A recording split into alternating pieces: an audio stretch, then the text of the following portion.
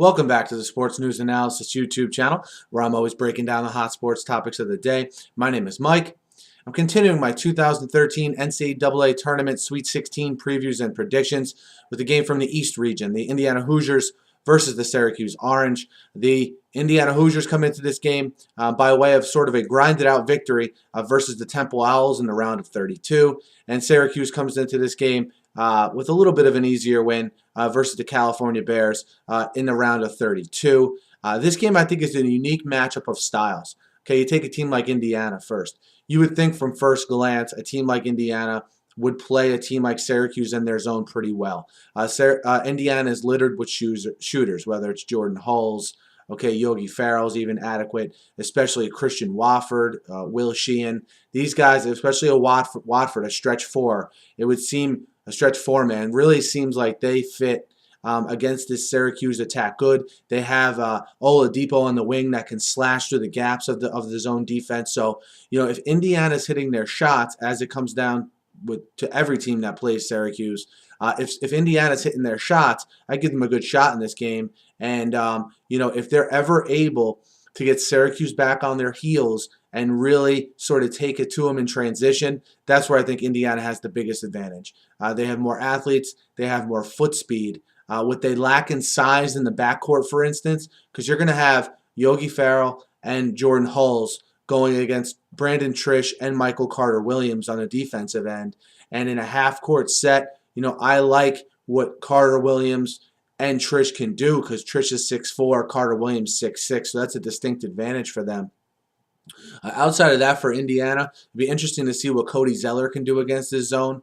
Remember, Syracuse does not have a bona fide center, certainly the level of Zeller, but they do have three bodies that they can throw at you, which means, in essence, 15 fouls that they can throw at Zeller throughout the course of this game. We'll see how Zeller reacts to that throughout the course here. How does he react to that physical play? Is he able to hit his free throws? These little things I feel will be very important heading down the stretch for Indiana in this game. Indiana is the favorite. They're installed as 5.5-point favorites. You look at things from a Syracuse point of view now. Look, Syracuse is going to play in that zone. Nothing's going to bring them out of that zone. We've seen that year in and year out with Jim Boeheim.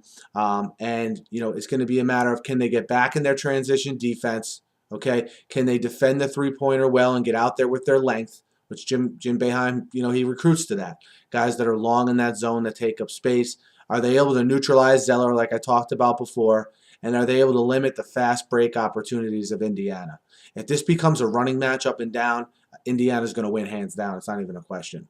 Okay, but I think Syracuse, man for man, has just as much, if not as much talent as a team like Indiana. Syracuse just been a lot more streaky here this year. When they get up for games, though, they play excellent. They're sort of an even-keeled team, not very emotional, kind of like their coach.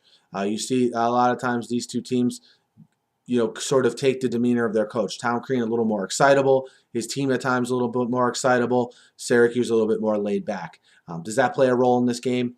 I don't know if it does, to be honest. But we'll see how this game unfolds. I look for, however, for Syracuse to not get hurt in transition.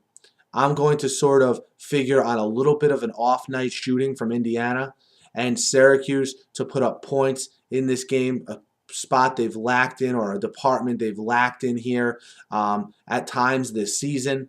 But Syracuse, again, plays good in spurts. I think they're on one of their good rolls now. I like Syracuse plus the 5.5 versus Indiana here in the East Region semifinal.